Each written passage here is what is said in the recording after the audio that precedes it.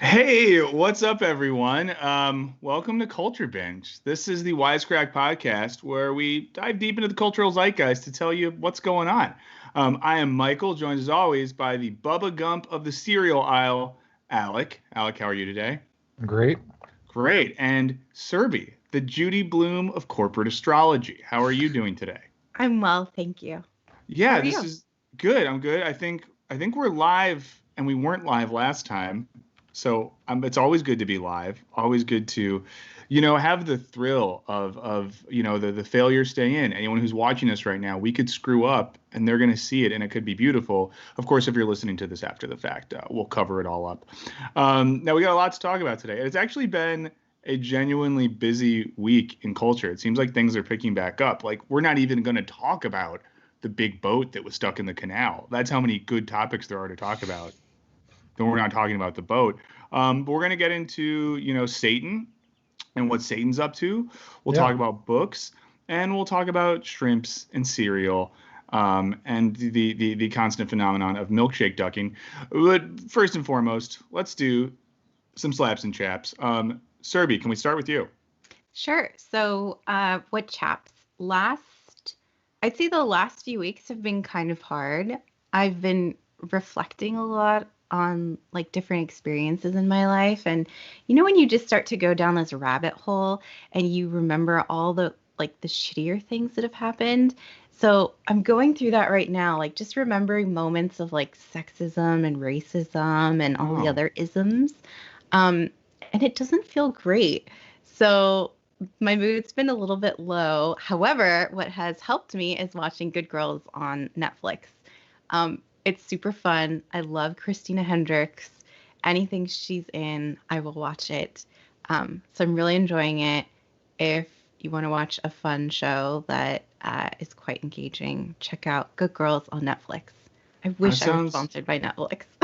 Yeah, Netflix, reach out. Also, Serby, I'm very sorry you're going through that. You should, however, when you think of these experiences, make a list of anyone who ever hurt you. Then we can put that on the Patreon, and Wisecrack patrons then will form an assassin squad. Yeah. It's a new thing we're working on, and they will take care of it. So join our Patreon, especially if you have assassin-based skills. Everything's cool. We pay via dark web money. Alec, slaps and chaps for you.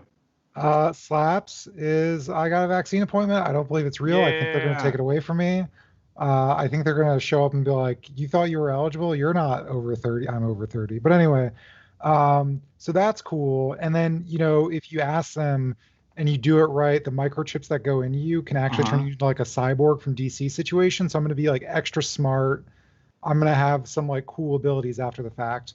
Um, And what chaps is, I don't know anything about it except White Boy Summer. I don't know what it is, but I hate it. I hate it so much. You didn't order your official White Boy Summer hoodie in like the legit Third Reich font that he picked? I did not know that he did that. This is Chet Hanks, for anyone who knows, the Um, weird son of Tom you Hanks, mean right? Chet Hayes, the hip hop artist who happens to be related to Tom Hanks? He got there by himself. Yeah. Did you know I saw this on the website twitter.com today? A Flat Tummy Tea influencer did a really important post and let me know that the vaccine's technically not FDA approved. So I'm rethinking a lot of things. I guess emergency authorization is not approval. So just like be careful what you're putting in your body. Before YouTube bans us, that's a joke. Yeah, it's definitely a joke. Get all the vaccines. I would get 4 doses if I could. I would get them all at once. Do you know which one you're getting? Moderna. So Wow. I'm gonna So create like a exciting. weird gang war with other like Johnson and Johnson people. You're dead to me. Wow. Yeah. Well, that's My really exciting. friend from work, so she has a similar immune system as me, like we're allergic to everything. Um, and so she got Pfizer on Monday and she's been vomiting since she got On the dose vaccine. 1? Yeah. Damn. Most people get all froggy at dose 2, but dose 1 sick. That's a bummer. It's wild. But you know what? I'd rather be dose sick than to be that type of COVID sick. sick. Yes. COVID sick. Yes. Well, that's very exciting. If you're in New York, that's great. I would just say we're not a public health podcast, but if you can, like if you're eligible where you live, could we just say that we think it's good if you get a vaccine? Can we all agree on that? Is that cool? Yeah. If you're Yeah, get eligible, the get shot it. if you can. Yeah, because some of us aren't eligible. Some of us are 50 years old, and actually no, I'm 20 years old and really healthy, so I'm last in line. Me and the other guys on the UCLA college swim team have such good health that we're last. Now, before we get into the topics, just a reminder, it would be meaningful to us if you subscribe to this podcast. So even if you are someone that likes to watch the stream on YouTube and be a part of the live experience, which I think is rad, that's what I would want to do too, go subscribe on iTunes or Spotify or Stitcher. Those are the three that I'm aware of. And if you do that, give us 5 stars or 5 thumbs up or 5 whatever they have, and then leave a review. And if you leave something fun in the review, we'll read it. We've encouraged you before to tell us, what cocktail we'd be, what work of classic literature, what type of produce. You can come up with something, but just tell us what we would be in a certain category, and we might talk about this again a little bit later. But do that. It'd be meaningful to us. Speaking of things that are meaningful to us, Alec, what's up with Satan this week? Oh, so Satan's having a great week. I don't know if you know about Satan, but he was like the right hand of God, was pissed about it, and was like, actually, I'm in charge. And then come on, God this is out. Easter week, Alec. This is the bit's going too far. I'm offended. Lil Nas X, Old Town Road guy, put out a song called Montero, Call Me by Your Name. I think Old Town Road is better. That's fine. We're not here to talk about whether or not you like the song. We're here to talk about the satanic panic that it caused. I thought, in 2021 we were done. I thought, I was growing up, there was Harry Potter is satanic. There was Dungeons and Dragons satanic, heavy metal. People are going to start drinking the blood of children. And I thought we were done with that, but apparently we're not. Lil Nas X. So for context, this video starts with the artist kind of like an imagination land where desires can't be suppressed. It's very kind of Adam and Eve. There's a serpent around a tree. He goes maybe up to heaven, but then gets cast down to hell and bottoms for Satan, which is cool. People are not happy about it. Here's from a Complex article, also talking about WAP, which I believe stands for wet ass P word. Both WAP and Montero were also. I thought he was going to say it. Everyone. I thought he was going to say it. I got so real did I. excited. I was like, what? Are we that kind of podcast now? This is from Complex. Both WAP and Montero were also criticized on the grounds that they corrupted children. Last night, Joyner Lucas saluted Nas X for the video, quote, creating viral moments, making people talk, and creating content he already knew he was going to react to, end quote. He called it a formula guaranteed to work, but then tweeted a sentiment that essentially stated Little Nas X should be cognizant of kids in his creative process because children liked Old Town Road and subscribed to him on YouTube. Nas X succinctly replied, I literally sing about lean. That's codeine-infused drink for people unaware. Lean and adultery in Old Town Road. You decide to let your children listen. Blame yourself.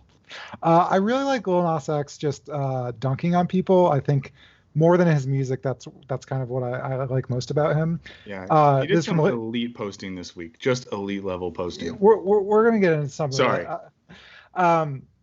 This is later in that Complex article. There were several politicians who used WAP as low-hanging fruit to portray themselves as morally upright figures last election season.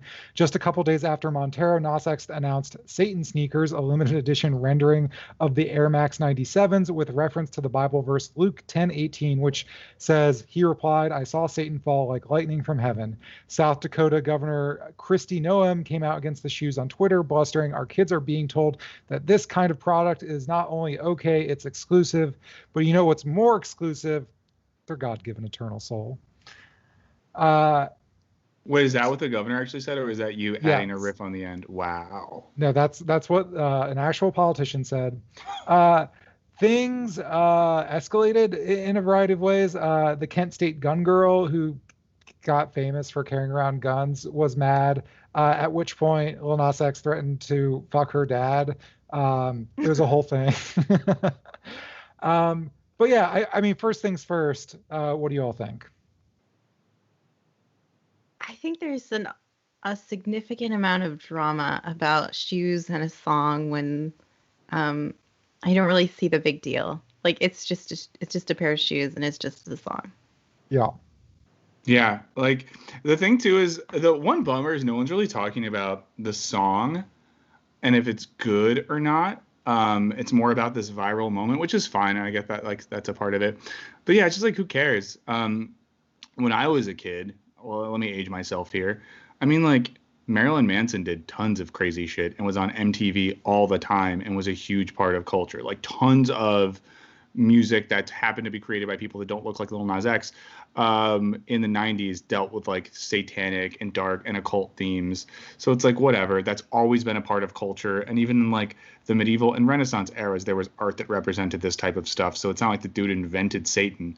And in the shoes as well. It's like, sure, some company made some like special shoes for the video. Like, who cares? It's kind of fun. And then the whole thing around like, well, what about kids? Like, are you telling me that all of human culture, all of art, music, literature should constrain itself because of the potential that a precocious 14-year-old is going to read or listen to it? Like, that's just going to happen. And if you're a parent and you care about this stuff, then I guess, I don't know, like lock your kid in a closet without its iPad.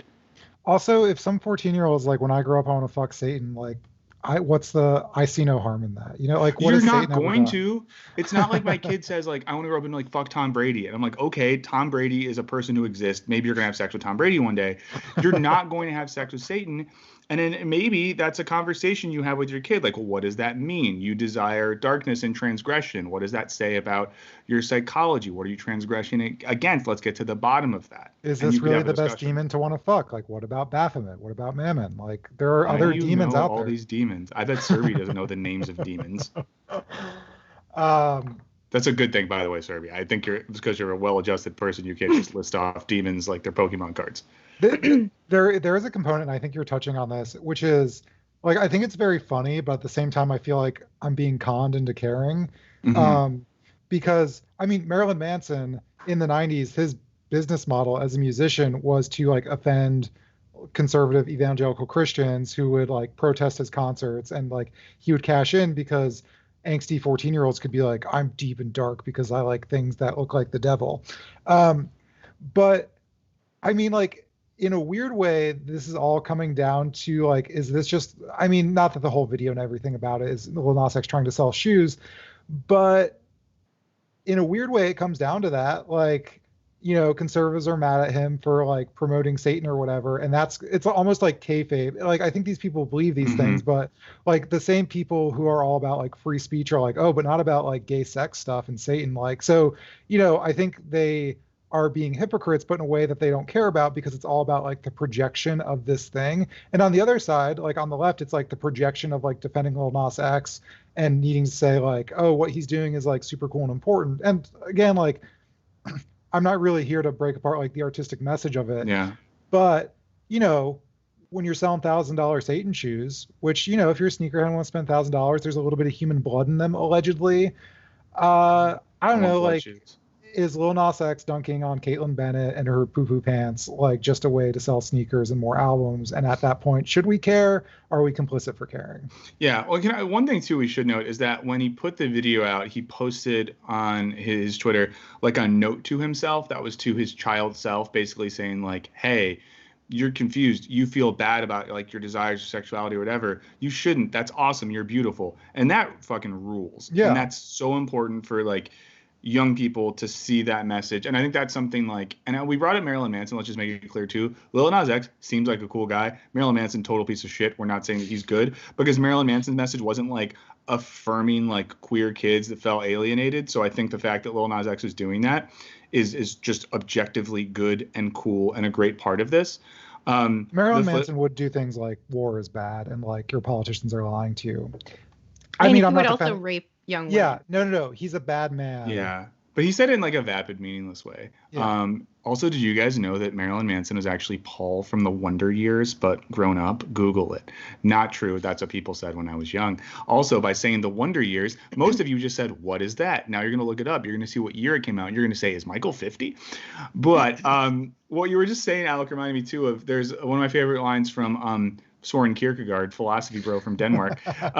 He talks about this thing in his culture. He's like, people used to relate to ideas with thought and passion. Now everything is advertising and publicity. And I do think that is my cynical take on this whole thing, that like there's a good message attached to it, but how much of the rollout of the song and video is about an attempt at art, and how much about it is just advertising and publicity and riling up social media fuel or social media energy without an artistic product at the center of it. And maybe me saying product was indicative of the problem here. That has something to say. And I don't know, but I just think that's maybe the interesting meta question. Both can be true, right? Like, yeah, Lil Nas X is certainly doing like making artistic choices, standing for certain things, putting certain things in his art. But also I think he could be like, but also I know this is going to create a shitstorm if I like twerk on the devil, so I'm going to do that. And sometimes like provocation is the point, and that's fine, but there's a tension there that I think is interesting. Yeah. I'm always really frustrated when something will come out and you have all of these people who say things like, well, what about kids? And this is bad for children. And what are we teaching our kids? You're teaching your kids what you want to teach them. So it's a parent's responsibility. If your kid is exposed to something you don't want them exposed to, then you need to be the one to have a conversation with your child. That's what my mom did with me when like Marilyn Manson was on MTV. She'd be like, let's discuss this. Let's talk about what he's wearing. Let's talk about what he's saying. How do you feel? Do you have any questions? She wouldn't just assume, oh, great, she's going to join a satanic cult now because she was exposed to Marilyn Manson. Yeah. And I think there's like this big burden that's placed on like people other than a family unit. Yeah. It's also funny, like a lot of, there was this panic in the 90s about music. There's always been a panic about corrupting things. And I think we lose sight of the like historical nature. But in the moment that like Tipper Gore was freaking out about like rap music, like I was in the car on the radio listening to Afternoon Delight, which is about fucking during the afternoon. And like on one end, it's just like kids don't, I think like a kid seeing Lil Nas X dancing on the devil probably doesn't understand most of the context in the same way I didn't understand Afternoon Delight was about fucking, in the same way that like a parent of mine got really upset that I was listening to the band Orgy. I literally did not know what the word orgy meant until he got mad about it. And so it's all stupid. Yeah. Yeah, I just think I think you're right. And I think that if it was true that music was going to ruin the youth, it would have happened because every generation has something like this. We have to remember that like they wouldn't show Elvis dancing on TV because it was too sexual and provocative, and society didn't collapse in the late 50s, early 60s. The same thing happened with like the hippie era, and all the Woodstock people grew up to become like investment bankers. So who like live in Connecticut. No offense, shouts to Connecticut, but like, yeah, I know I just said it because some people that are part of the Wisecrack team have Connecticut roots. But yeah, I don't know. This keeps happening. It's kind of dumb, and I think we're at a point where I would have hoped that like the culture wars would have mellowed out, and they've just gotten worse and more stratified. But whatever, because the people that are mad at Lil Nas X probably listen to really bad music. Like they probably are not experiencing like cool art. Like they're going on Pure Flix. They're listening to like cassette tapes of Amy Grant from 1998. Are they listening to Chet Hanks? No, Chet Hayes is for the people, but I've never listened to a Chet Hayes song, and I won't, because I want to like let myself believe that it's good. But we're not talking about White Boy Summer right now, so I don't want to ruin the Lil Nas X conversation and dilute it with Chet Hayes. But I don't know. And the thing too is like this is all gonna blow over in 2 days. So I think the interesting thing will be, I don't know, maybe this is me getting off topic a little bit. I'm just curious to see what happens with Lil Nas X as a musician, right? He had this huge song, Old Town Road. His next single is called Panini. And while I love a heated pressed sandwich, that one didn't really do numbers. I'm curious to see what this one does. Curious to see if this dude has something to say. He's very young, pretty creative, is down with trying weird shit. So I think if anything, like it'll be cool to see what this guy does next. And he's handling it very well, all things considered. By trolling his critics, and I think being confident that he has something to say and has every right to say it, which I think is great. Yeah, totally. So, yeah. Serby, are you going to immediately get off this podcast and blast Lil Nas X during your next work meeting? Yeah, I've never heard anything he's done, so I'm going to check it out. Charming. I feel like you've heard Old Town Road, but maybe you haven't, and it's catchy. Sounds familiar. Is it sort of like a country song as well? Yeah, and they put Billy Ray Cyrus in it to put it on the country charts because people are like, this isn't country music because the person's not white. They were being racist. Oh. Yeah.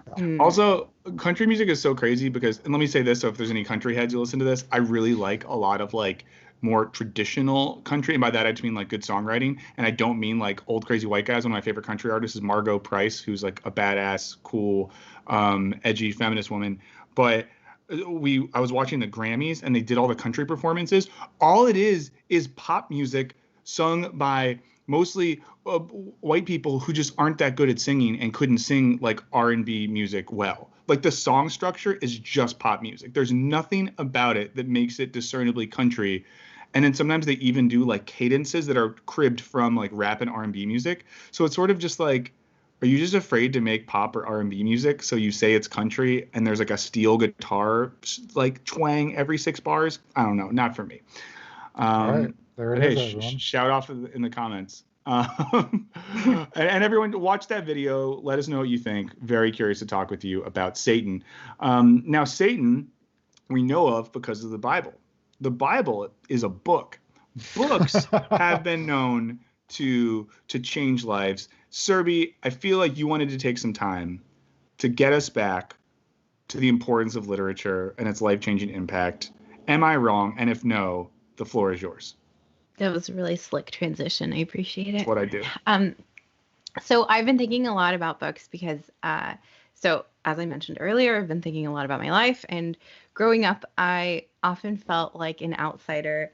I grew up in an area where there weren't a lot of people that looked like me or had a similar culture.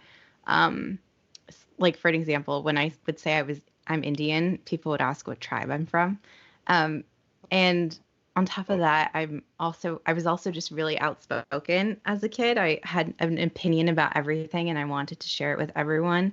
So I always felt like I didn't quite fit in.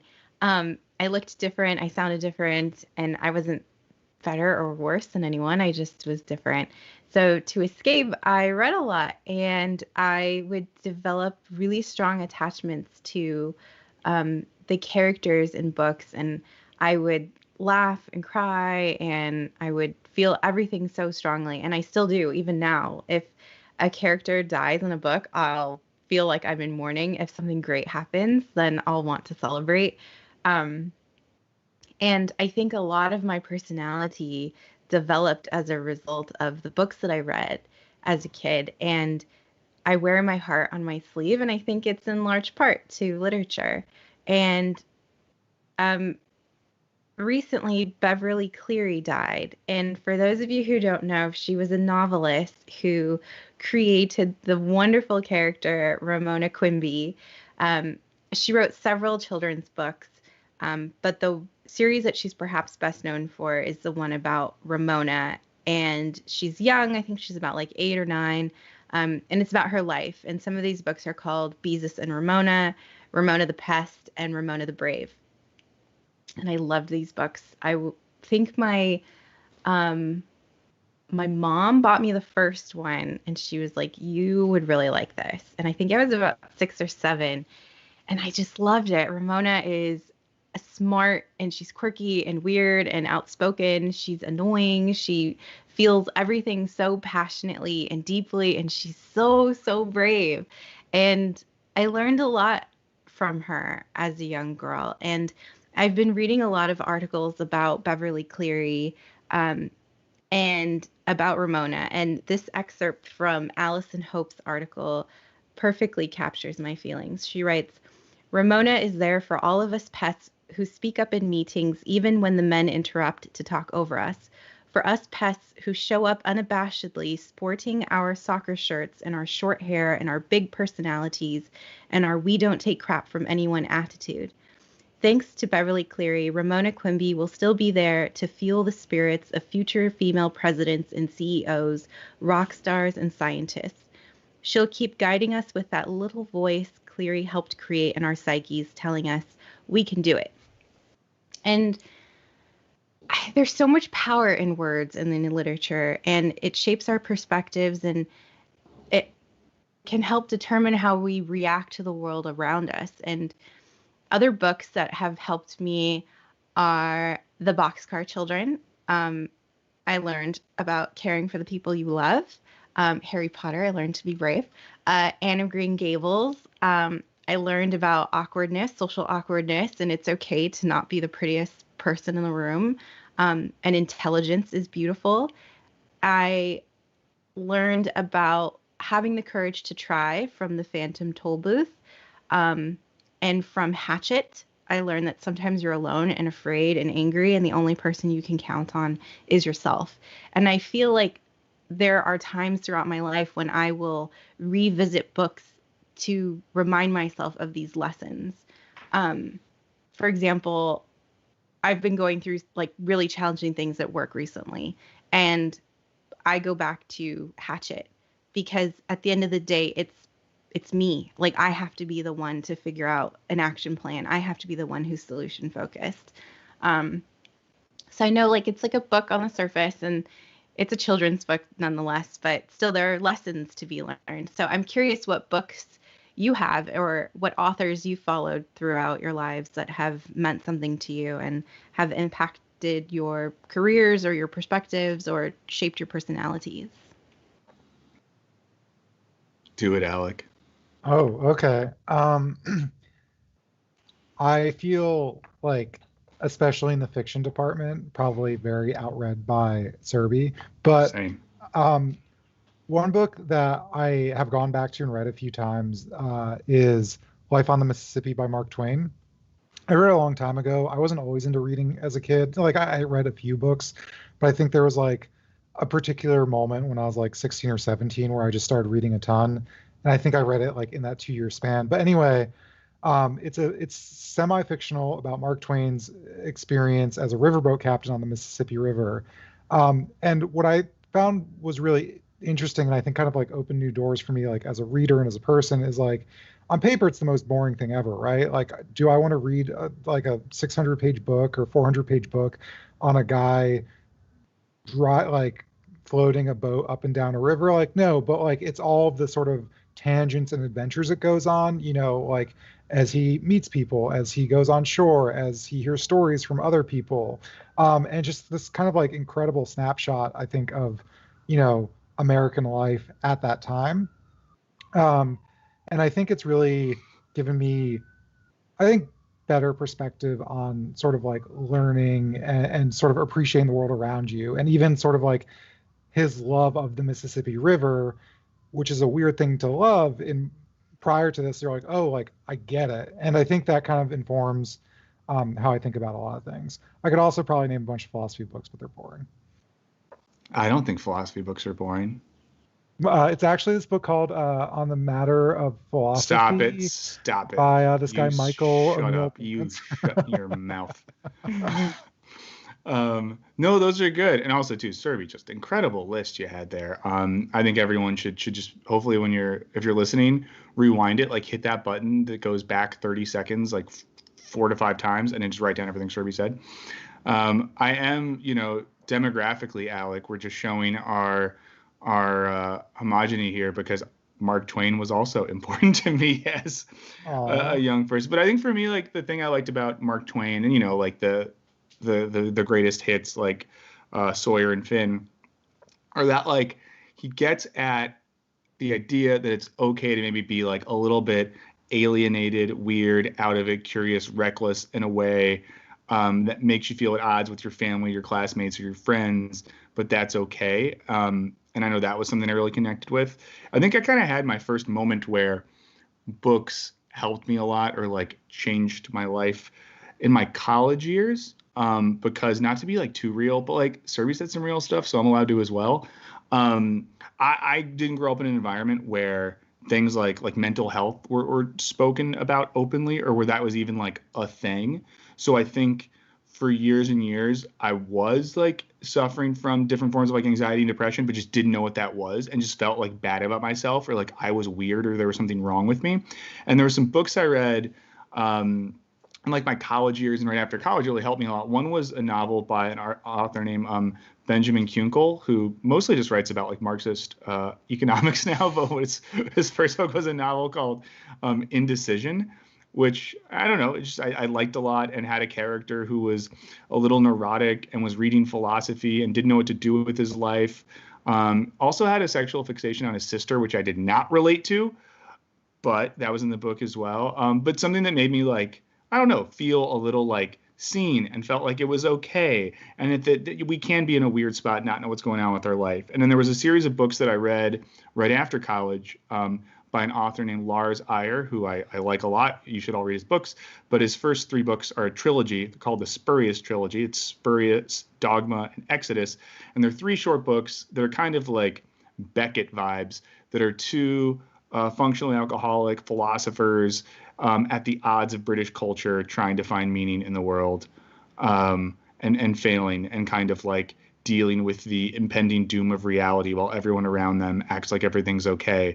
And I found those like comforting. So I think for me, like books where characters have been like depressed or anxious, or have even been like dealing with apocalyptic themes, have made me feel comforted, because it's a reminder that like that's real. People can feel those things. And I will just say, Alex didn't want to talk about philosophy.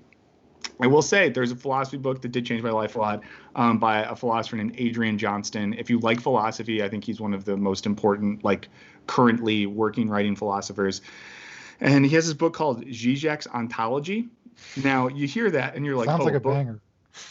Yeah, you're like, oh, a book about Slavoj Žižek by another white guy that probably has a beard. I don't think he has a beard, but it's not. I think it was named that for marketing stuff. It's mostly about his own shit, but I remember reading it on a train ride and things clicking, like a moment where a lot of philosophical ideas clicked, and it gave me a lot of focus, and it's what got me to the point where I wrote like my dissertation and eventually my book. And I got very lucky in that this is a person I eventually got to know and was very kind to me, which is always rips, but that was important, and I would be lying if I didn't say that it didn't change my life. Oh, It feels like so what you said about having anxiety and depression. So I also have anxiety and depression. Yeah. And I slip in and out of them throughout my life since I was young. And it almost feels like literature is a form of therapy, because I find myself drawn to characters who are going through similar things, and seeing how they move through these challenges or handle certain events. I feel like I learn from that, even if it's not just a book. Like, I mean, this is like super lame, but like, so I've mentioned on the podcast before, my boyfriend and I broke up last year. And watching Schitt's Creek, I don't want to like give away anything, but there's a storyline in Schitt's Creek that feels not very similar, but there's like there are some similarities. And watching it unfold, I remember just sobbing and was like, oh gosh, I wasn't prepared for this. My boyfriend and I just broke up a month ago. But seeing how that character moved forward with that, and then seeing how another character, how there could have been a similar situation, but they worked it out. I think seeing those 2 things happen, it helped me cope with what I was going through. So in a lot of ways, books are the cheapest form of therapy. And it's nice to hear that Burns, you've also had experiences where you've sort of thought you were weird or different, and then you found some sort of escape or help in books.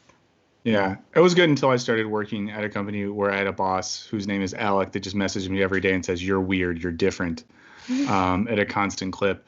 But no, you're absolutely right, and I do think there's something like therapeutic about literature. This has been written about by lots of folks much smarter than I, but I think there is something like even about the mechanism of encountering a book, seeing yourself and other characters, and getting engaged in that process of like experiencing an empathy for characters or feeling even seen by characters in a book, I think is really important. I think that, and to be clear, I love TV and movies. This is not a diss on TV and movies. I'm not one of those guys, but there is something active about reading that I think often we don't have when we're watching moving images that can often have more of a pacifying experience, which is fine.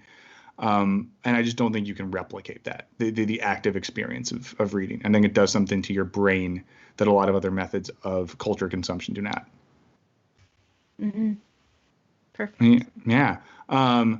Any final thoughts on the book thing? Let us know what books Oh, you've read that please have do. helped you.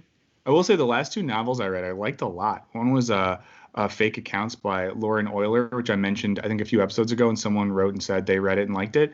And I'm reading this book right now, The Life of the Mind by Christine Smallwood, that I'm liking a lot as well. That's about kind of like a depressed, failing academic person. So I don't relate to that one, but it seems cool.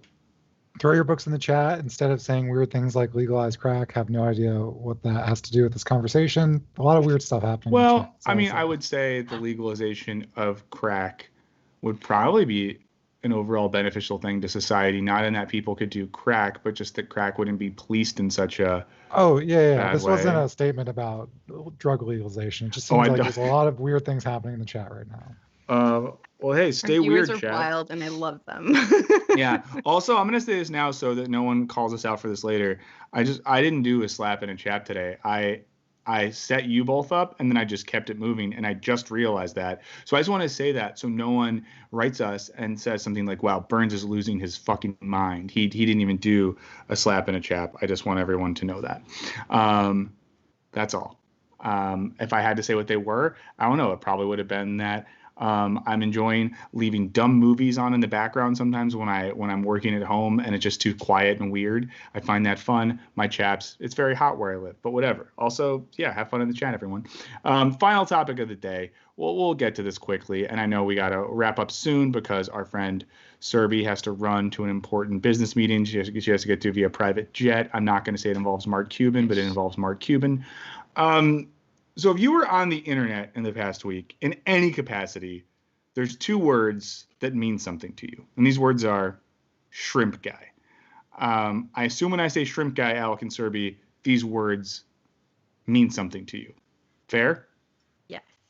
Okay. Yes. And I assume they mean something not good. They might have at one point brought joy to your heart. They might have seemed like they were introducing some wonder into the world, but they quickly turned on you. And now when we hear the word shrimp guy, most of us think hard pass. So we'll get into the shrimp guy saga. For anyone who didn't track with this, and if you didn't, that's amazing. Like if you don't know what shrimp guy is, I'm envious of you. But there's a few articles. There's one on Vox that we're going to link to in the description that could catch you up on all this. But here's the TLDR. A guy named Jensen Karp, who is a retired white rapper, a quote-unquote comedian and podcaster, and the husband of Danielle Fishel, who played Topanga on Boy Meets World. Oh. There's a lot of layers to this guy's life. No Tweeted about a week ago pictures of what were supposedly shrimp tails he found in Cinnamon Toast Crunch that he purchased from Costco. And like an angry suburban white man, started tweeting about it, and then started tweeting at General Mills. Eventually was posting direct messages he had between himself and General Mills' social media person. He treated them very kindly. Oh, wait, no, he was a total asshole. Now, for the first if I found shrimp in my cereal as a avid cereal eater, I would not be nice about it. You used to, but your assumption here is that someone actually found shrimp in their cereal and didn't just plan something to get attention. We'll get to that. So for the first half day, it's a fun online saga. His follow count goes up, retweets out the wazoo. Everyone follows the saga of Shrimp Guy. Then people realize, oh my God, this guy's married to Topanga. Even more people get involved. This is fun. The internet's great. Isn't this great? And then people start sharing some stories. And there's a few levels here. So first, people started coming out and saying, you know what, I actually used to work with this guy. And he sucks. He was various levels of abusive, mean, racist, not cool to work for. And this is someone, he was a producer on the TBS rap battle show, Drop the Mic. And you can find these threads online. One is by a comedian and writer, Brittany Nichols, who shared some thoughts about what it was like to work for him. Not good. So that starts coming out. So it's like, oh, maybe this guy sucks a little bit.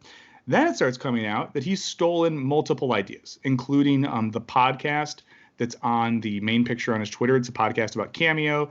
Stole the podcast idea, the graphics, and he's stolen a bunch of other things over the years. So if you just get into this, Jack Allison has written about this online before. This is a guy who's notorious for stealing ideas, which is a very bad look. So that sucks. Then most damningly, Multiple women who work in comedy and television in Los Angeles have accused him of various levels of harassment, emotional abuse, verbal abuse, to the level of him telling, a woman he was dating that she should kill herself. And, a lot of people came out with these stories. So it got very dark very quick.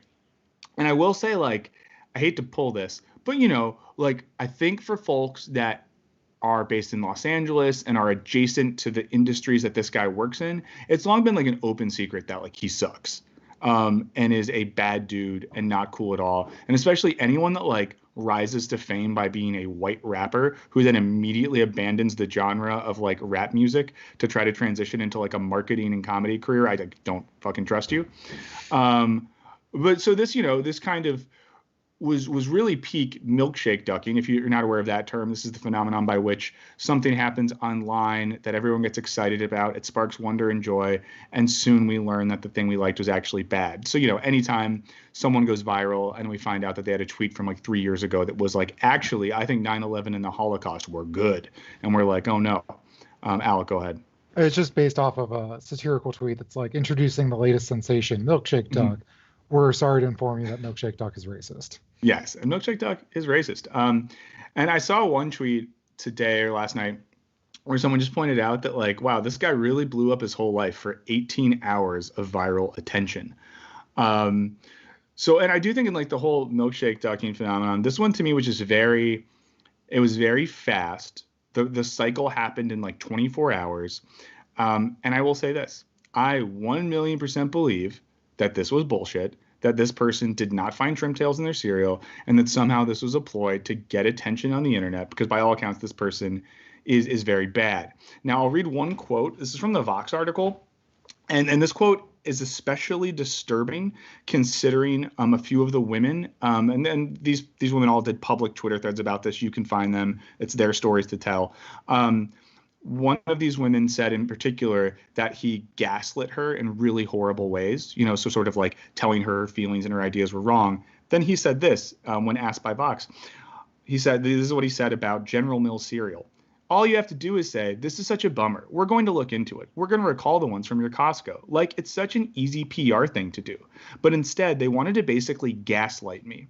So this motherfucker is accusing a cereal company of gaslighting him, a term that has some pretty serious cultural connotation, and he's using that to describe a cereal company not responding to his claims. So that's the Shrimp Guy saga. What do you guys think about this one? I fucking hate him so much. I hate him so fucking much. Yeah, Anybody, not even a guy, any person who gaslights and treats people like this, I fucking hate you. Yeah. Yeah. I do, on a separate note, like, it's always interesting when there's a person, and then if you talk to anyone from LA, they're just like, oh, I know that person's a piece of shit. But like, only people, it's just LA knows that everyone who's a piece of shit. The town talks a lot, I guess. It talks a lot, but then there's this weird culture of be careful what you say if you want to work. And the same woman who I think is a performer, writer, who went on the Twitter thread where she talked about his gaslighting. He said to this woman and another woman, and he said to one woman, I guess, after a weird three-way, which is a weird time to ever say something like this, keep your mouth shut if you ever want to work in this town again. And that's something that like people say in movies, but people really say shit like that. And people will say like, oh, we know this person's bad, but don't say anything if you want to work. It's like, not to be like real whatever here, but like, it's not like the people just knew that Harvey Weinstein was a piece of shit last year. People knew that for decades. But people wanted to get movies made. And the same thing with this Jensen Karp dude. And this is someone whose like biggest credit was like the executive producer on a show on TBS about rapping that nobody watched. But even that person at that level had enough perceived power to kind of bully people into going with what he wanted to do so that they could get jobs. So it really sucks. And I will say, it's like brave of people to then publicly talk about this person as a piece of shit. And I wish more people would do that, not to put pressure on them because whatever, but like we let a lot of people get away with stuff. And this guy took what could have been a fun day on Twitter and ruined it. Yeah. Yeah. Serby, do you, I know that, has Topanga said anything? I think Topanga has been silent. Mm-hmm. It's a weird one because I don't want to I guess it's not her fault that her husband sucks, but it's also everyone knows he sucks. So do better, Topanga. You had a lot of options in Boy Maybe Meets World. Topanga's the victim. Maybe this I will know be Topanga's way to get out. I hope she does, because I'm sure Danielle Fishel seems like a nice person. Her performance as Topanga was informative for a lot of people. And this guy just sucks so bad. I hope that she leaves him. I hope that no one wants to work with him ever again. And I hope that he ends up having to work at General Mills sorting the cereal off the conveyor belt until he collapses in the factory and is never heard from again. Was that too much? Not really. Okay. I don't think it was strong enough. I can we talk for a second about how good Cinnamon Toast Crunch is? Yeah, we can end on a positive note and do that. Unless Alec, do you want to say? No, I was gonna say Cinnamon Toast Crunch. I've been getting the dumb organic version, not because I'm think that organic food is real or healthier for you. It just seems more adult of me, and any brand of that genre of cereal slaps so hard. I found no shrimp tails. There's a bagel place that I order bagels from. If you're in Los Angeles, look up Gross Bagels on Instagram. It's these two dudes. They make bagels and deliver them to your house. They rule. But they had a special bagel for a couple weeks that was a Cinnamon Toast Crunch bagel, and it had all those flavors on it and would get delivered fresh. Oh my God. I haven't had the cereal in a while, but the bagel flavor was incredible. I wish they'd make a gluten-free version of it so I could eat it again. General Mills. General Mills doesn't make gluten-free stuff? I don't know. Last I checked, it wasn't gluten-free. Cheerios are gluten-free now. Yeah. And Rice Krispies, I think. Yeah. Oh, can I say this as well? The thing I'm really looking forward to is when it comes out this is all fake, I hope they sue the shit out of this guy. And also, the fact that you don't think about that you don't think to yourself, I'm going to start this Twitter thing, and I'm just some dude. This is one of the biggest food companies in the country. Can you imagine how many millions of dollars a week go to their legal team? And you're going to come at them?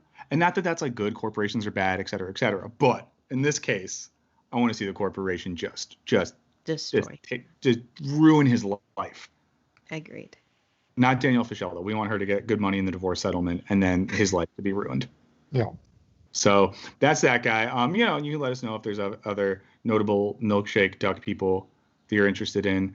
And if there's cereals you like. And the most important thing here is let's just make Twitter weird again and make it fun and not about these weird PR ploys that show that people are terrible. Also, it shows how much people are obsessed with attention, that when they know they're pieces of shit, they're willing to put themselves out there like that. Just crazy. I'm afraid to say things, and I'm a relatively good person. So let's start taking the train into the station here. Serby's got to go. Serby's got to go. So we'll quickly hit this up. Bye, Serby. We'll see you soon. Alec and I will get the train all the way into the station.